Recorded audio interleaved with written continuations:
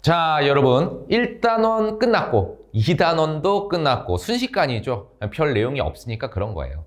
물론 여러분들이 열심히 했다는 거는 인정합니다만 생명과학에서 본격적인 내용은 3단원부터라고 해도 과언이 아닙니다. 뭐 알고 계시죠?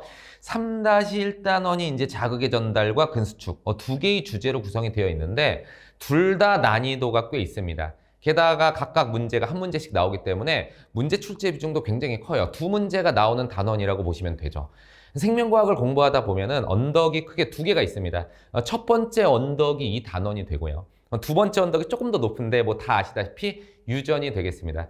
두 개의 언덕을 넘으면 그냥 생명과학 1등급이 나오는 거겠죠.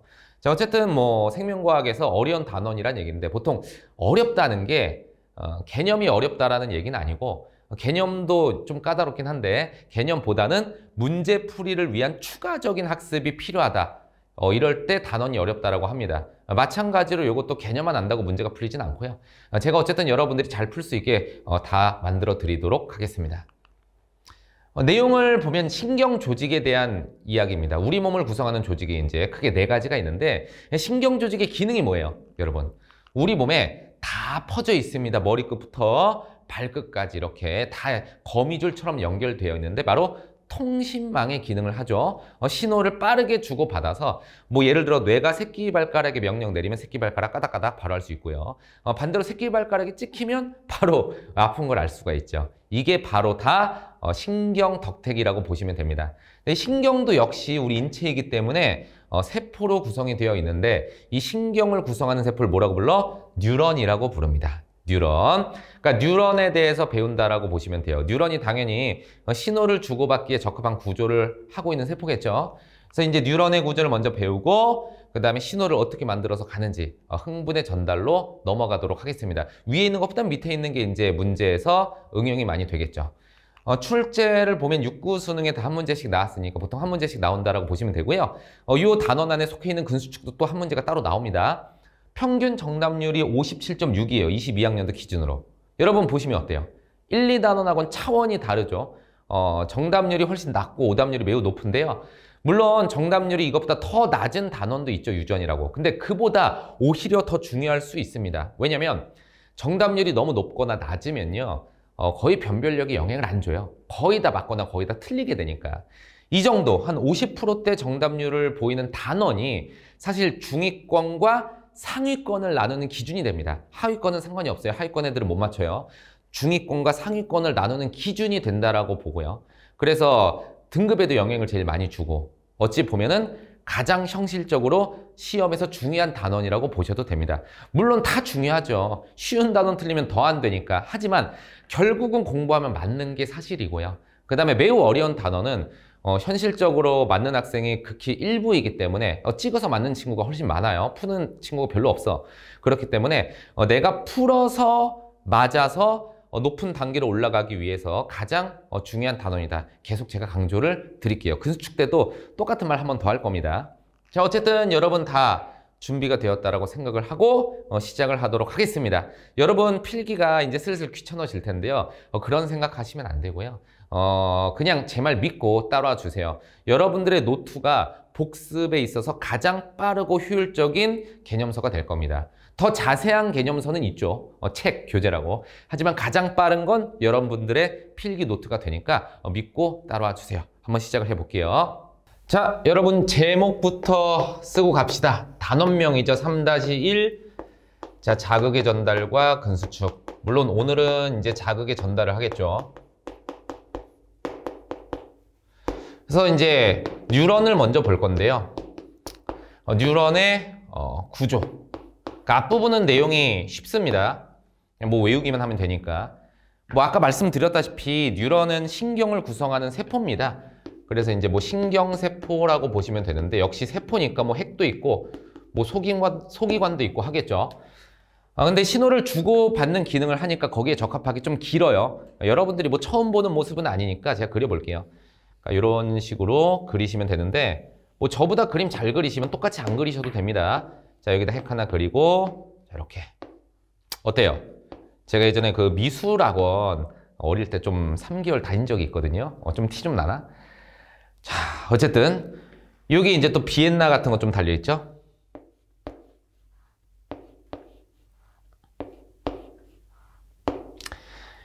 일단 뉴런이란 녀석은요, 기능이 기능인 만큼 신호를 받고 또 신호를 줄 수가 있는데 우리가 이제 구조를 세 개로 나눠서 봐요. 이 부분은 다른 세포도 다 갖고 있는 부분이잖아.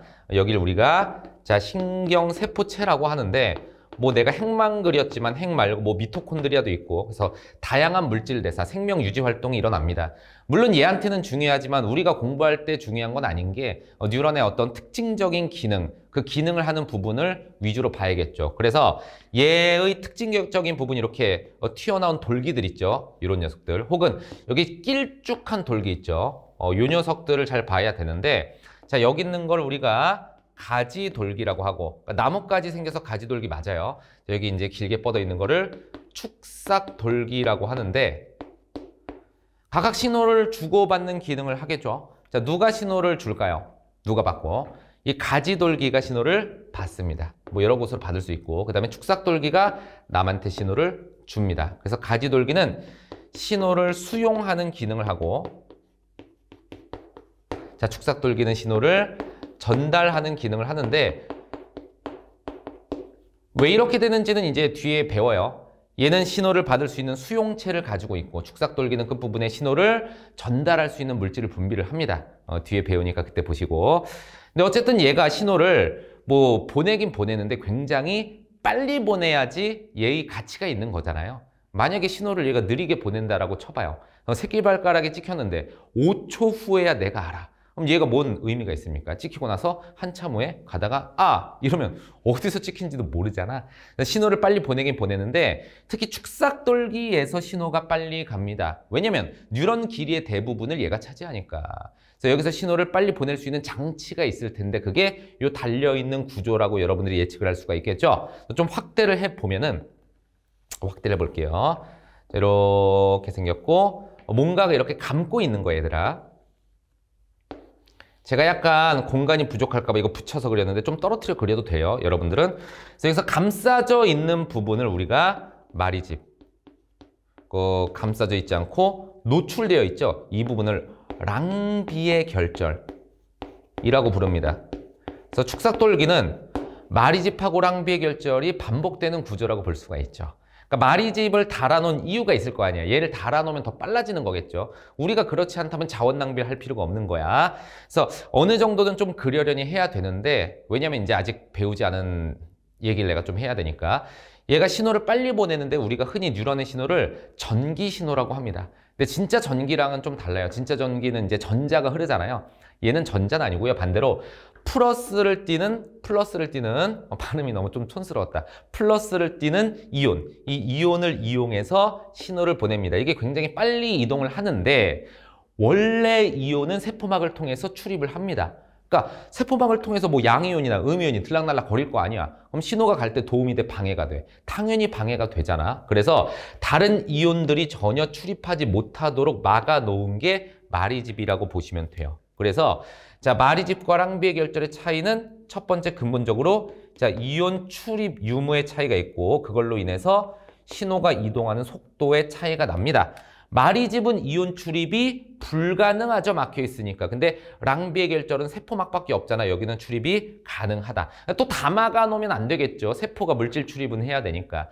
그리고 속도는 당연히 마리집이 빠르죠. 방해 안 받고 그냥 프리패스로 가는 거야. 그에 비해서 랑비의 결절은 속도가 느립니다. 한 100배 정도 차이가 난다라고 하는데 그러니까 달아놀만 하죠. 이 정도면. 물론 숫자는 중요치 않아요. 내가 뭐 아는 척 하는 거야 그냥. 자 그래서 마리집, 랑비의 결절 보시면 되고 근데 마리집을 잘 보면은 각각 뭘 갖고 있냐면 또 얘네가 핵을 갖고 있어요. 한마디로 뉴런이 스스로 발생시키는 게 아니라 외부에서 달라붙어서 만들어준다는 얘기죠. 그래서 이 녀석을 우리가 세포 명칭으로 보면은 또 휴반세포라고 하는데 여러분들이 물어보고 싶을 거예요. 쌤 그래서 얘를 휴반세포라고 불러요? 아니면 마리집이라고 불러요? 둘 다 맞는 말이죠. 요거 전체는 휴반세포가 맞습니다. 뭐 핵하고 소기관 다 있거든요. 다 포함하면 휴반세포고요. 그 중에 이렇게 바깥쪽을 감아서 이온이 못 들어오게 막은 부분이 있거든요. 거기를 마리집이라고 하니까 결국 휴반세포가 마리집을 포함하는 개념이긴 한데요. 출제가 될 때는 그냥 뭐 얘를 휴반세포라고 하거나 마리집이라고 하거나 다 맞는 말이라고 보셔도 돼요. 간단하죠? 그래서 뉴런의 구조를 이렇게 보시고, 자, 그 다음에 뉴런의 종류를 볼 건데, 뉴런도 이제 종류가 있습니다. 구분하는 기준은 크게 두 가지가 있어요. 첫 번째는 뉴런의 구조에 따라서 크게 두 가지로 나눌 수 있는데요. 방금 배운 뉴런을 좀 단순하게 그려보면은 뭐 이렇게 생겼죠. 이렇게 생겼는데, 근데 다 갖고 있는 건 아닙니다. 갖고 있지 않은 녀석도 있습니다. 뭘 안 갖고 있어? 마리집을 안 갖고 있죠. 그러니까 갖고 있으면 빠른데 없는 애도 있다는 얘기예요. 그래서 위에를 우리가 자, 마리집 뉴런이라고 하고, 자, 없으면은 앞에 하나 붙이면 되는데 보통 뭘 붙여요? 달팽인데 없어. 좀 불쌍해. 뭐라고 해요? 민달팽이. 그죠? 자, 그래서 얘는 민마리집 뉴런이 되겠습니다. 여러분, 머리가 없어. 뭐예요? 민머리? 오케이. 대머리, 민머리 비슷한 말이죠. 어쨌든 두 개로 구분할 수 있는데 당연히 뭐 방금 전에 마리집의 기능에 대해서 얘기했다시피 속도 차이가 나겠죠. 누가 빨라요? 마리집이 민마리집보다 훨씬 빠르다라는 걸 알 수가 있는데 요 구분은 너무 쉬우니까 얘보다 더 중요한 구분 기준이 있습니다. 바로 자, 기능에 따른 구분인데 먼저 예를 들어볼게요. 제 오른손 손등이 모기에 물렸다라고 칩시다. 내가 지금 열심히 또 이제 리얼하게 재현을 하고 있습니다. 자, 안 보일 수도 있어요, 영상에는. 이제 모기에 물렸다. 그럼 가려울 거 아니야. 그럼 어떻게 해야 돼? 뭐 긁던 십자군법을 쓰던 해야겠죠. 근데 오른손 손등에 물렸는데 어느 손으로 긁어? 오른손으로 긁으면 바보죠. 왼손으로 긁어야 될 겁니다. 근데 오른손이 왼손한테 야, 나 가려우니까 긁어줘. 오케이 하고 긁은 건 아니고 가렵다라는 감각이 뇌로 올라간 거예요. 그죠? 그럼 뇌에서 뭐 한 거야? 명령을 내린 거고 이 신호가 다시 왼팔로 내려온 겁니다. 한마디로 자극에 대한 반응의 경로가 이런 식으로 되는 건데 여기에 관여하는 뉴런들이 세 종류가 있다는 얘기예요. 그래서 자극에 대한 반응 경로를 보도록 하겠습니다. 자, 여기 제가 이제 그린 게 이게 감각기인데 이제 피부를 형상화했다라고 그냥 봐주세요. 그러면 오른쪽 끝에 여기 운동기를 그릴 건데 자, 얘는 근육을 형상화한 것이고 요 사이에 세 종류의 뉴런이 들어가겠죠. 먼저 감각기에서 느낀 자극을 보내주는 뉴런이 있을 거예요. 그 다음에 중간에 뭐가 있냐면 뇌랑 척수도 역시 뉴런으로 구성이 되어 있습니다. 뇌척수를 구성하는 뉴런이 있는데 길이가 좀 짧습니다. 마지막으로 명령을 받아서 근육에 갖다 주는 뉴런이 있을 거예요. 양 사이드에 있는 뉴런이 좀 길죠. 그래서 얘네들은 달고 있는데 가운데 있는 뇌척수를 구성하는 뉴런 있죠. 얘는 가지고 있지 않습니다. 그래서 명칭을 먼저 정리해 드리면 감각기에 붙어 있으면 감각 뉴런이야. 그다음에 운동기에 붙어 있으면 운동 뉴런이고 가운데 있는 뉴런 있죠? 뇌랑 척수를 구성하는 이 뉴런은 많은 신호들을 다 병합하잖아. 다 연합을 해서 적절한 명령을 내리기 때문에 연합 뉴런 이렇게 가죠. 근데 요즘 교과 과정에서는요. 감각 운동보다는 다른 명칭을 더 많이 쓰는데 얘를 우리가 다른 말로 구심성 뉴런. 자, 이 친구를 원심성 뉴런이라고 합니다. 이 명칭 같은 경우는 힘의 방향을 뉴런의 신호 방향에 비유한 거예요. 감각 뉴런 같은 경우는 당연히 감각기에서 느낀 신호를 중추로 보내주니까 신호가 몸 안쪽으로 들어오겠죠, 일반적으로. 운동 뉴런은 이제 운동기의 명령을 중추가 내리는 거니까 신호가 바깥쪽을 향합니다. 이게 각각 구심력과 원심력, 원운동에서 힘의 방향이 되겠죠. 근데 이렇게 비유를 한 거는 뭐 여러분들이 이해를 못하는 건 아닌데 뭐 이게 그렇게 중요합니까? 그냥 우리는 기억, 이응 외우면 된다는 거, 그죠? 이게 헷갈리면 솔직히 사람이 아니죠. 어쨌든 이렇게 명칭을 정리하고요. 그리고 연합 뉴런은 제가 아까 뇌랑 척수를 구성한다고 했죠. 신경계를 우리가 크게 나중에 두 개로 구분할 건데 여기서 이제 말씀을 드려야 돼요. 신경계 중에서 뇌척수처럼 가운데 있으면서 주변에 명령을 내릴 수 있는 신경계를 우리가 중추신경이라고 합니다. 그래서 연합 뉴런은 중추를 구성하는데 바꿔 말하자면 뇌랑 척수를 구성한다는 얘기죠.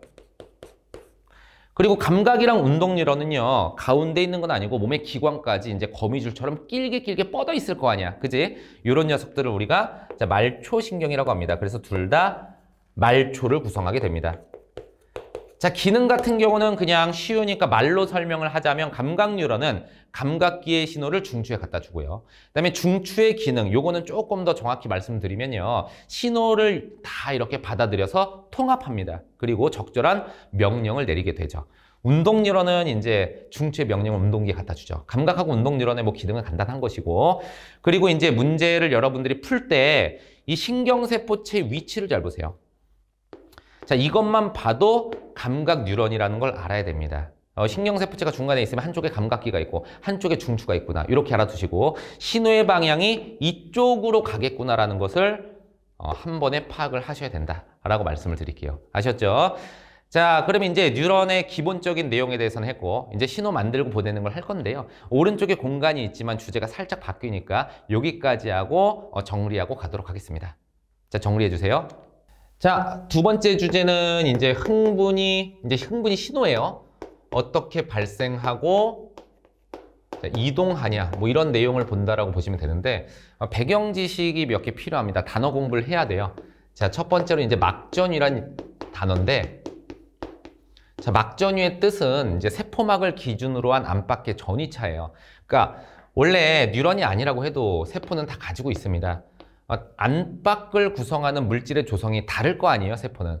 이온도 마찬가지거든요. 그래서 뭐 양이온이 안에 맞냐, 혹은 밖에 맞냐, 음이온이 뭐 밖에 맞냐, 안에 맞냐에 따라서 안팎의 전하량이 달라지고 이에 따라서 전위차가 형성이 됩니다. 그러니까 전류가 흐를 수도 있는 어떤 위치 에너지 차이가 난다는 얘기인데 뭐 너무 깊이 들어갈 필요는 없고요. 어쨌든 간에 일반적인 세포는 평소에 안쪽이 마이너스를 띠고요. 뉴런이 아니라고 해도 바깥쪽이 플러스를 띠는 경우가 많이 있습니다. 그래서 안팎의 전위차를 우리가 요 차이 있죠? 요 차이를 우리가 막전위라고 하는데 우리가 이제 요 크기는 결국 전압계를 꼽아봐야 알아요. 뭐 전하의 개수를 우리가 셀 수는 없으니까. 그때 우리가 막전위의 크기를 기입할 때 어디를 쓰냐면 안쪽 값을 써야 돼요. 밖에 비해서 안쪽이 어떤지 안쪽을 써야 되기 때문에 이 경우엔 마이너스를 써주시고요. 차이가 뭐 50mV라고 한다면 막전위는 마이너스 50mV가 되겠습니다. 항상 이 부호는 바깥쪽에 비해서 안쪽이 어떠냐, 안쪽을 쓴다라는 것만 기억하시면 되고요. 그러니까 막전위는 세포막을 기준으로 한 안팎의 어떤 정기적 차이, 전위차고, 뭐 이건 이제 앞으로 계속 많이 나올 겁니다. 자, 두 번째로는 여러분들이 또 막단백질에 대해서 알아야 되는데 이게 이제 통합과학이나 생명과학 2에 나오지 생원에서는 정확히 뭐 나오진 않아요. 그래도 여기서 이제 알아야 되는데 세포막은 원래 인질 이중층으로 돼 있잖아요. 그때 물질의 출입을 도와주기 위해서 막단백질들이 박혀 있습니다. 그래서 요거 이제 세포막이 있고, 자, 막단백질이 있는데 하나는 네모로 표현하고 하나는 동그라미로 표현을 할게요. 크게 이제 두 종류가 있어요. 여기서 얘는 안팎의 물질의 농도가 달라. 한쪽이 고농도고 저농도면 이 물질이 고에서 저로 흘러 들어갈 수 있도록 도와주는 단백질입니다. 근데 고에서 저로 물질이 가는 방식, 이 이동 방식을 뭐라고 그래요? 우리가 확산이라고 하죠. 즉 확산이 일어나는 막단백질이다. 반대로 오른쪽에 있는 녀석은요, 무조건 강제적으로 물질을 한 방향으로 보냅니다. 계속 퍼냅니다. 그래서 이제 저농도에서 고농도로 계속 퍼내는데 방향이 반대잖아요. 이런 식으로 물질을 강제로 저해속으로 퍼내는 이동 방식을 뭐라고 하는지 알아요? 요거 우리가 세포흡할 때 잠깐 언급을 했는데 여러분들이 기억을 못 하더라고. ATP 용도에 나왔었어요. 이게 바로 능동수송이 됩니다. 능동수송. 그래서 저해석으로는 자연적으로 가는 건 아니죠. 열심히 일을 해주는 것이기 때문에 에너지를 소모하게 됩니다. 뭐 우리 몸에 있는 에너지원은 ATP니까 ATP가 계속 소모가 되겠죠. 그래서 자, 확산이 일어나는 혹은 능동수송이 일어나는 막단백질로 두 개로 분류할 수가 있는데 왼쪽에 있는 애를 우리가 통로라고 부르고 오른쪽에 있는 걸 펌프라고 부르니까 그냥 본인이 하는 행동하고 어울려요, 이름이. 그냥 확산이 일어나려면 구멍만 뚫면 되잖아요. 그러니까 통로라고 부르고 얘는 강제로 퍼날라야 되니까 뭐 펌프라는 이름을 갖고 있다. 그러니까 여러분들이 그닥 헷갈릴 일은 없다라고 보시면 됩니다. 자, 배경 지식 두 개를 이제 장착을 했으니까 자, 이제 본 내용으로 들어가면 자, 먼저 흥분이 이동하는 거 말고 흥분의 발생부터 볼게요. 그러니까 신호를 만들어야 보낼 거 아닙니까? 그러니까 신호를 만드는 과정인데 어떤 뉴런이 있잖아요. 자극을 받습니다. 근데 얘가 어떤 식으로 여기서 신호를 만드는지 처음에 알지는 못했고요. 요걸 우리가 측정만 했습니다. 뭘로? 방금 배운 막전위로. 막전위를 측정해 보니까 뉴런은 자극을 가하면 여기서 엄청나게 막전위가 변하는 현상이 일어나더라. 그래서 자극을 받았을 때 한 지점에서 막전위가 변하는 현상을 저는 흥분의 발생이라고 하고 이 내용부터 짚고 넘어간 다음에 나중에 신호가 가는 걸 설명을 할게요. 아셨죠? 이 내용 자체가 호흡이 굉장히 깁니다. 그래서 중간중간에 저걸 왜 하지? 이런 게 되게 많아요. 끝까지 다 가다 보면 머릿속에 정리가 되니까 뭐 고3 친구들, 뭐 재수생 친구들 내용 알잖아요. 그래서 차분하게 따라오다 보면 마무리가 됩니다. 어쨌든 간에 이 흥분의 발생 과정을 알려면 또 뉴런이 평소에 어떤 구조인지 알아야 돼요. 그래서 우리가 먼저 분극. 자, 분극을 배울 건데 새로운 단어가 원래 많아요, 여기가. 분극은 우리가 다른 말로 또 휴지기라고 하고요. 휴가 무슨 휴야? 쉴 휴죠. 쉴 휴니까 요거는 그냥 우리가 자극을 받지 않은 상태라고 보시면 됩니다. 한마디로 놀고 있는 상태죠. 이때 뉴런을 보고 뉴런 내부의 어떤 구조, 어떤 상태인지 먼저 보도록 할게요. 자, 이 뉴런인데 여기를 이렇게 확대해서 보면은 축삭돌기가 있고요. 안쪽하고 바깥쪽이 구분이 되겠죠. 얘네가 세포막이고 안쪽이고 얘가 바깥쪽입니다. 그리고 내가 요거 윗부분에 깜빡하고 자, 막단백질을 안 그렸는데 막단백질을 3개 그릴게요. 하나, 둘, 셋. 그래서 자, 왼쪽에 있는 애는 명칭이 나트륨 통로입니다. 통까지만 쓸게요. 한마디로 나트륨이 확산되는 막단백질이다. 이렇게 받아들일 수 있겠죠. 얘는 칼륨 통로, 그러니까 칼륨이 확산되는 장소이다. 얘는 나트륨 칼륨 펌프. 그러면 나트륨과 칼륨 두 개를 동시에 능동수송시키겠구나라고 받아들이면 됩니다. 그리고 이거 설명할 때 좀 빨리 설명하기 위해서 약속을 하나 합시다. 자, 동그라미, 노란색 동그라미는 나트륨 이온, 빨간색 동그라미는 칼륨 이온. 그러니까 여기서만 그렇게 제가 표기를 할게요. 이 두 녀석이 결국 막전위 변화를 일으키는 어떤 주인공들이라고 보시면 되고요. 얘네들을 이용해 신호를 보내기도 합니다. 오늘 계속 나올 거야. 그러면 나트륨 통로는 나트륨, 칼륨 통로는 칼륨이 확산이 될 텐데 일단 나트륨 칼륨 펌프가 끊임없이 뭐라고 있냐면 나트륨을 나트륨을 내보내고 있습니다. 나트륨 나가라고 외우시면 됩니다. 나나. 그리고 칼륨은 반대로 안으로 들이고 있어요. 그럼 칼륨은 들어와. 그러니까 나트륨 나가, 칼륨은 반대라고 외우시면 됩니다. 어떤 학생이 선생님 칼 들고 들어와. 이렇게 외우는 친구가 있대요. 칼 들고 들어와. 근데 너무 좀 자극적이고 내가 볼 때는 요즘 흉흉한 세상이 별로야. 나트륨 나가, 칼륨은 반대. 이렇게 외우세요. 그럼 나트륨이 밖에 무조건 많을 수밖에 없죠. 그죠? 엄청나게 나트륨이 많고 안쪽에는 거의 칼륨이 자리하고 있겠죠. 그래서 이 펌프는요. 이온의 농도를 비슷하게 하는 거야? 아니면 완전 다르게 하는 거야? 전혀 다르게 이온을 양분해서 농도차 형성을 하고 있는 겁니다. 그러니까 왜 이걸 하는지는 모르겠지만 이걸 위해서 굉장히 노력을 많이 하고 있죠. 왜? 자, 펌프는 능동수송이니까 ATP를 이렇게 써야 될 거 아니야. 그래서 ATP를 소모하면서 이걸 하고 있으니까 유의미한 활동이란 얘기죠. 자, 그러면 이 통로들로 다시 가보면 얘네들은 평소에 열려 있을까요? 아니면 닫혀 있을까요? 그러니까 통로는 확산이 일어나는 장소인데 개폐를 조절할 수가 있습니다. 열려 있어, 닫혀 있어. 이건 상식적으로 생각하시면 돼요. 만약에 얘네가 열려 있다면 얘가 만들어 놓은 농도차가 전혀 의미가 없어지죠. 얘가 바보 호구가 되는 거야. 그럼 이 농도차를 유지를 하려면 얘네들은 평소에 닫혀 있어야 되고요. 어떤 특정한 상황에서만 열리는 게 맞습니다. 그래서 나트륨이 들어오고 싶어도 못 들어오고 칼륨이 나가고 싶어도 못 나가는 상태가 유지가 되고 있는데 또 칼륨 통로는요. 약간 열려 있습니다. 그래서 칼륨이 미세하게 밖으로 새나간다라고 보시면 돼요. 그래도 안쪽이 훨씬 많아요. 그러면 나트륨하고 칼륨의 공통점, 둘 다 무슨 이온이야? 양이온인데 두 개의 합이 안이 많아요? 밖이 많아요? 칼륨이 일부 새나가잖아? 그럼 두 개를 합친 개수는 바깥쪽이 많겠죠? 그럼 바깥쪽이 더 플러스, 안쪽이 상대적으로 마이너스일 테니까 막전위를 측정해서 안쪽을 기입하면 마이너스를 띠게 될 테고 크기가 70mV 차이가 납니다. 그래서 분극, 휴지기, 평소일 때는 마이너스 70mV의 막전위를 가진다라고 보시면 됩니다. 그래서 요게 이제 유지가 되고 있는데 우리가 요거를 쉬고 있을 때의 막전위라고 그래서 휴지전위다 이렇게 얘기해요. 다시 한번 정리하겠습니다. 뉴런이 자극을 받지 않은 상태, 즉 분극 상태일 때는 펌프에 의해서 나트륨은 밖에 칼륨은 안에 많고 마이너스 70mV의 막전위를 유지하고 있는 겁니다. 아셨죠? 자, 그럼 자극을 받으면 막전위 변화가 일어날 텐데 그 과정은 양이 많으니까 정리하고 들어갈게요. 자, 분극 다음에는 발생 과정. 쉽게 말하면 막전위가 변하는 과정인데 우리가 이제 세 개로 구분을 합니다.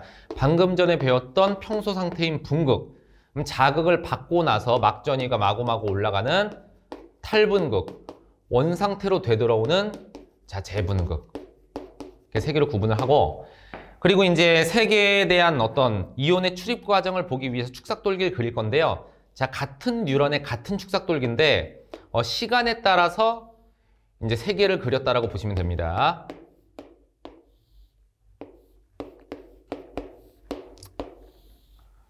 보니까 펌프하고 통로를 그린 걸로 봐서 각 시기별로 주인공인 막단백질이 좀 달라지는 걸 알 수가 있죠. 분극은 여러분들도 아시다시피 펌프가 제일 일을 많이 합니다. 뭐 하죠? 자, 나트륨 나가, 칼륨 들어와. 그래서 이온을 안 밖으로 이제 구분을 해 놓고 막전위는 마이너스 70을 유지하잖아요. 그죠? 자, 탈분극은 뭐냐면 드디어 얘가 자극을 받고 일을 하는 순간입니다. 이제 그만 놀아야지. 많이 놀았잖아. 그지?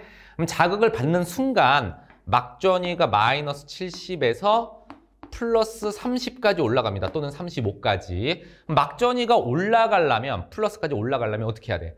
안쪽에 플러스를 뛰는 양이온이 많아야 될 거 아니야. 그럼 플러스 양이온을 안으로 넣어줘야 되지. 근데 어떻게 하면 가장 빨리 넣을 수가 있을까? 이미 수위차는 형성이 되어 있습니다. 그냥 수문만 열면 쏟아져 내리는 거죠. 그럼 밖에서 안으로 쏟아져 내리게 할 수 있는 게 하나 있어요. 바로 누구? 나트륨이지. 밖에 많잖아. 나트륨 통로를 여는 순간 농도차가 극심하기 때문에 엄청나게 빠른 속도로 내부로 나트륨이 들어오면 안쪽에 양이온의 개수가 많아져서 플러스 30까지 올라가게 되는 겁니다. 간단하죠? 그런데 뭐 어쨌든 신호를 만들어서 양옆으로 보냈다라고 치자고 가는 건 나중에 보고 얘는 플러스 30에서 어떻게 해야 돼? 마이너스 70으로 빨리 되돌아와야 됩니다. 세포가 갖고 있는 본래 막전위를 유지하는 게 굉장히 여러모로 중요해요. 그러면 다시 플러스를 띄는 양이온을 내보내면 되는데 물론 이상적으로는 나트륨을 내보내는 게 좋지만 나트륨을 빨리 내보낼 수는 없죠. 왜냐면 나트륨은 여전히 밖에 많기 때문에. 그럼 안에서 빨리 밖으로 나갈 수 있는 이온이 뭐가 있어요? 바로 칼륨이죠. 안에가 많고 밖에가 적으니까 통로를 여는 순간 미친 듯이 나가서 다시 내부가 마이너스 70으로 되돌아올 수 있게 합니다. 즉 탈분극은 나트륨, 재분극은 칼륨의 이동으로서 막전위가 올라가고 내려가는 현상을 얘기한다라고 보시면 됩니다. 간단하죠? 어쨌든 막단백질 3개를 다시 한번 정리해 보도록 합시다. 자, 첫 번째는 펌프. 자, 두 번째는 나트륨 통로. 자, 세 번째는 칼륨 통로. 자, 그래서 펌프 통로, 나트륨 통로, 칼륨 통로가 있는데 펌프는 언제 열심히 일해요? 일단 분극 때는 무조건 일을 하고 탈분극, 재분극 때 펌프 작동합니까? 안 합니까? 하죠. 쌤 하는데 왜 이때는 표시 안 했어요? 왜냐면 이 통로를 통한 이온의 이동이 훨씬 더 중요하기 때문에 펌프는 늘 일하고 있습니다. 그래서 항상 일하고 있다. 기억하시고요. 그래서 뭐 분극 때는 막전위가 유지된다라고 해서 뭐 이온의 출입이 없다. 이러면 다 틀린 거예요. 왜냐면 펌프를 통한 이온의 출입이 있으니까. 물론 칼륨도 조금 새나가긴 하지만. 그리고 나트륨 통로는요. 이때 진짜 거의 닫혀 있죠. 근데 이때 자극을 받자마자 열리는 게 나트륨 통로죠.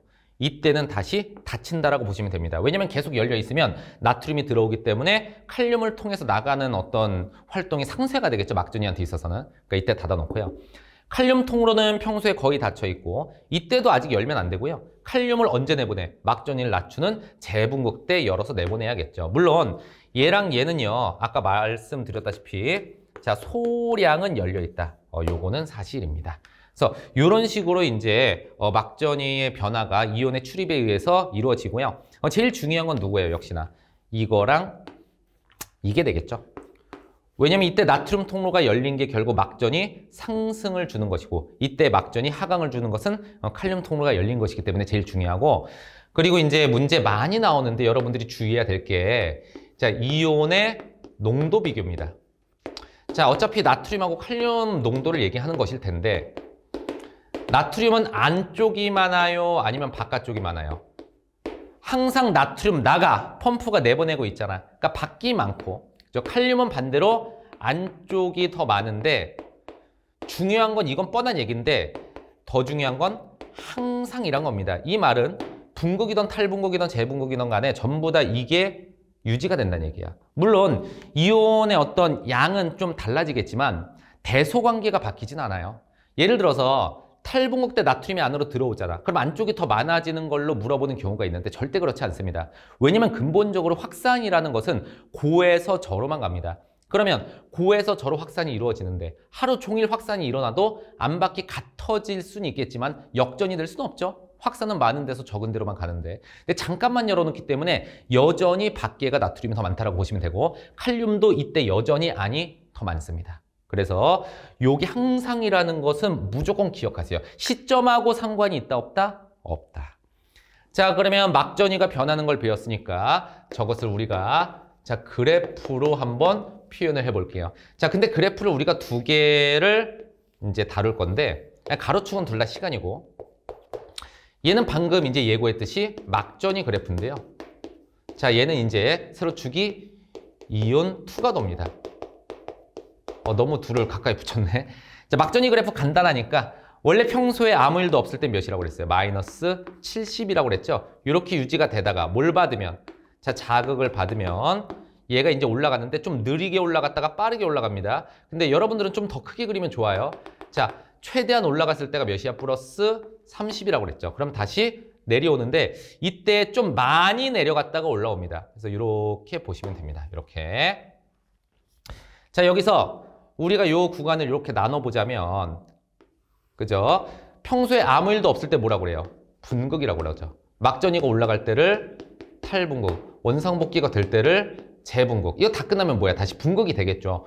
여기서 뭐 이제 여기도 꺾어 그려서 설명을 좀 이따 할 건데 일단 재분극 여기부터 보자. 마이너스 70 이하죠. 그죠? 미만이죠. 이게 마이너스 80까지 내려가는데 굉장히 중요합니다. 이걸 과분극이라고 하는데 왜 그런지는 중요치 않고 그냥 재분극 끄트머리에 마이너스 80, 휴지 전이보다 더 낮아지는 시점이 있다는 걸 기억해야 됩니다. 왜냐하면 자 이렇게 축삭돌기가 있는데 어느 순간 막전일 측정했더니 이 지점이 마이너스 10, 이 지점이 마이너스 80이야. 그럼 마이너스 10이면 여기는 지금 어떤 상태입니까? 일단 분극은 아니죠. 마이너스 70이 아니니까. 마이너스 10이면 탈분극 아니면 재분극일 텐데 이거 알 수 있어요? 절대로 알 수가 없죠. 탈인지 젠지 어떻게 알아? 올라갈 수도 있고 내려갈 수도 있잖아. 이 마이너스 10이. 올라가는 상황일 수도 있고 내려가는 상황일 수도 있는데 마이너스 80은 무조건 어디에 속해요? 재분극이죠. 왜? 마이너스 80은 좌우 대칭이 아니라 여기 오른쪽에만 있으니까. 그래서 여러분들이 마이너스 80은 어떤 시점인지 명확한 시점이기 때문에 꼭 기억해 주셔야 되고, 그 다음에 이온 투과도는 뭐냐면 세포막을 통한 이온의 출입 정도를 얘기합니다. 그러니까 방향은 따지지 않고 얼마나 많이 통과하냐 이거야. 그럼 상식적으로 나트륨의 투과도는 나트륨 통로가 열릴 때, 칼륨 투과도는 칼륨 통로가 열릴 때 높겠죠. 그래서 나트륨의 투과도는 자 노란색으로 그리면 자극을 받자마자 통로가 열리니까 투과도가 올라갔다가 내려오고요. 자 칼륨 같은 경우는 나중에 올라갔다가 자 내려올 겁니다. 됐죠? 자 어쨌든 간에 나트륨 투과도가 먼저 올라가고 칼륨 투과도가 나중에 올라가고 이렇게. 요거는 이제 여러분들이 그래프를 보시면 요 정도는 알 수가 있겠죠. 그러니까 탈분극 때 나트륨 통로가 열리고 재분극 때 칼륨 통로가 열리는데 이게 완전히 딱딱 끊어지는 건 아니고 연속적이죠. 나트륨 통로가 열리고 닫히면서 칼륨 통로가 열리니까 둘 다 열리는 구간도 있다라고 뭐 이 정도만 알아두시면 되겠습니다. 그래프 형태 알아두시고요. 노란색이 나트륨. 자, 제가 이제 빨간색으로 한 게 칼륨. 자, 뭐 그래프가 어렵진 않은데 이제 알아야 되는 게 하나가 더 있어요. 뭐냐면 역치와 활동전이. 이거 역시도 이제 단어 공부라고 보시면 되는데요. 그러니까 단어 뜻을 명확히 알고 싶으면 책을 참고하시고요. 여기다 쓰기에는 너무 이제 글이 많아지니까. 자, 역치는 어떤 기준이라고 보시면 되고요. 간략하게 말씀드리면 활동전이는 저 기준에 의해서 발생하는 거라고 보면 되는데요. 얘기를 좀 드릴게요. 여러분들 뉴런이 자극을 받으면 신호를 만들어 보내잖아요. 근데 매번 그러는 게 과연 좋은 것일까? 그러니까 바꿔 말하자면 엄청나게 약한 자극을 받았어. 이런 걸 다 보내면 우리가 더 좋을까요? 나도 지금 막 머리 흔들면서 내 머리카락이 미세하게나마 내 두피를 누를 텐데 이런 걸 다 느끼면 좋아? 행복해? 아니죠. 너무 약한 자극은 좀 걸러주는 시스템도 필요한 거야. 그러니까 너무 약한 자극은 자극이 아니었음을 뭐 이런 얘기인데, 자, 그래서 역치가 그것의 기준이 됩니다. 그러니까 제가 설명을 해드릴게요. 예를 들어서 역치라는 기준이 있는데 이게 1이라고 봅시다. 그러면 뉴런이 자극을 받을 때 자극의 세기가 몇이냐에 따라서 막전이의 변화가 달라지게 됩니다. 자, 자극의 세기를 이때 0.5, 이때 1.5, 이때 3이라고 봅시다. 그래서 자, 0.5의 자극을 주면 역치보다 약하잖아. 무의미한 자극이야. 생존하고 별로 연관성이 없어. 이런 경우에는 막전이가 정말 미세하게 올라갔다가 되돌아옵니다. 일단 자극받으면 나트륨 통로가 1분을 열리기 때문에 살짝 올라가지만 바로 휴지전이로 복귀한다는 얘기죠. 그에 비해서 1.5의 자극을 받으면 아까 역치보다 높으니까 유의미한 자극이죠. 그래서 배운 대로 막전이가 올라갔다가 내려옵니다. 3도 역치 이상이니까 똑같이 올라갔다 내려옵니다. 제일 밑을 마이너스 70, 자, 꼭대기를 플러스 30이라고 한다면 역치 이상의 자극을 받을 때만 올라갔다가 내려오죠. 이 막전이 변화를 우리가 활동전이라고 합니다. 활동전위. 그래서 이때는 활동전위가 발생을 안 한 거고 이때만 발생을 한 거고, 즉 활동전위는 역치 이상의 자극에서 막전이 변화인데 여기서 활동전위의 크기도 우리가 구할 수가 있거든요. 주의할 점이 있습니다. 휴지전위가 마이너스 70이고 활동전위가 플러스 30으로 착각하는 이제 경우가 있어요. 근데 활동전위는 아까 말씀드렸다시피 막전위의 변화입니다. 그럼 변화의 크기면 이게 뭐가 돼야 돼? 당연히 변화량이 돼야 되겠죠. 그럼 이때는 활동전위가 발생하지 않았으니까 측정하지 않고 이때 변화량이 몇이 나와요? 빼면 되죠. 100이 나온다는 거. 됐죠? 그래서 활동전위 크기는 변화량인데 보니까 활동전위의 크기가 둘이 어때요? 같죠? 그래서 활동전위의 크기는 항상 같은 뉴런에서 일정하다라고 보시면 됩니다. 물론 여러분들이 여기서 의문이 생길 수는 있어요. 그럼 우리는 이 자극과 이 자극을 구별하지 못하나요? 구별할 수는 있죠. 근데 하나의 뉴런에서는요, 그 정도까지 어떤 미세한 차이점은 없고 그냥 역치 이하냐, 역치 이상이냐 이것만 구분해서 신호 보내는 여부를 결정한다고 보시면 되고요. 활동전위의 크기는 똑같지만 활동전위의 어떤 횟수, 빈도라든가 뉴런의 조합으로 자극의 세기를 구분할 수는 있으나 생원에서는 그렇게 중요하진 않고 내가 말씀드린 여기까지만 여러분들이 잘 정리해서 이해하시면 되겠습니다. 오케이? 자, 부연 설명 하나 하고 마무리할게요. 자, 여기로 보시면 결국은 역치라는 게 이런 방식으로 발생을 시키는데 여기 느리게 올라갔다가 빠르게 올라간다고 했죠? 이 느리게 올라가는 시점까지가 자극의 세기로 올려주는 어떤 범위라고 보시면 되고요. 여기까지 올라가면 모든 나트륨 통로가 다 열리게 돼 있습니다. 그러니까 전압 개폐성 통로라고 해서 여기까지 막전이가 올라가면 다 열려. 그래서 다 열렸을 때 여기까지 올라갈 수 있는 겁니다. 그러니까 막전이 크기가 역치 넘으면 다 똑같이 생기는 것이죠. 자, 일단 제가 여기에서 끊는 거는 여기서 여러분 정리하시고 여기서 끊을 건데 여기서 잠시 이제 강의를 마무리하고 단원이 길기 때문에 다음 강의에 이어서 하도록 하겠습니다. 알았죠? 다음 강의 바로바로 할게요.